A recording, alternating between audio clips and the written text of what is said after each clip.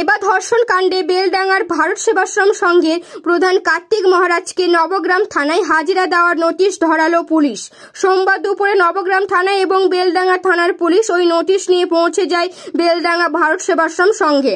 সেখানে কার্তিক মহারাজ অনুপস্থিত থাকার কারণে তার প্রতিনিধিকে আইনি চিঠি ধরালো পুলিশ। আগামীকাল সকাল 10টার মধ্যে নবগ্রাম থানায় হাজিরা দিতে হবে কার্তিক মহারাজকে। উল্লেখ্য, নবগ্রাম থানা 4 নক্ষ এলাকায় বহরমপুরের এক মহিলাকে চাকরি দেওয়ার নাম করে দিনের পর দিন ধর্ষণ করেছিলেন কার্তিক মহারাজ বলে অভিযোগ। এই ঘটনায় দীর্ঘ বছর পর নবগ্রাম থানায় লিখিত অভিযোগ দায়ের করেন ওই নির্যাতিতা। সেই ঘটনার তদন্তে কার্তিক মহারাজকে নবগ্রাম থানায় হাজিরা দেওয়ার নোটিশ ধরালো পুলিশ।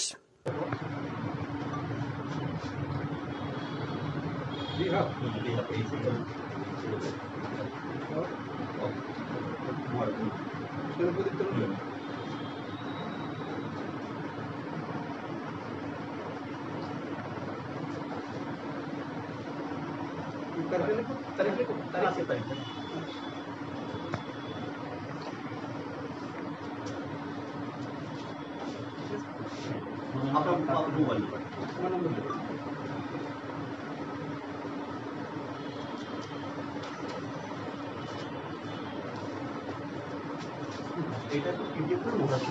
আচ্ছা এটা লাগবে।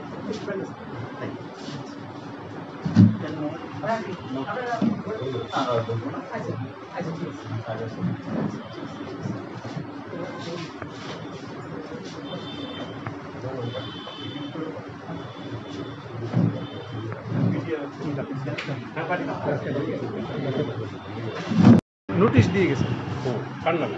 একটা স্বামী প্রদীপ্তানন্দজি মহারাজের নামে। কি নোটিশ দিল পুলিশ? নোটিশটা আমি পড়িনি, আমি বলতে পারছি না। নোটিশটা আমি দিয়েছি, আমি রিসিভ করলাম। হ্যাঁ, এবার পড়লে আমি বিষয়টা বুঝতে পারবো কী ব্যাপারটা। ওই যে এফআইআরটা হয়েছে ওনার এগেনস্টে মহিলার। তাই ওনাকে হাজির হওয়ার জন্য বলা হয়েছে। কোথায় হাজির হবেন? নবগ্রাম থানায়।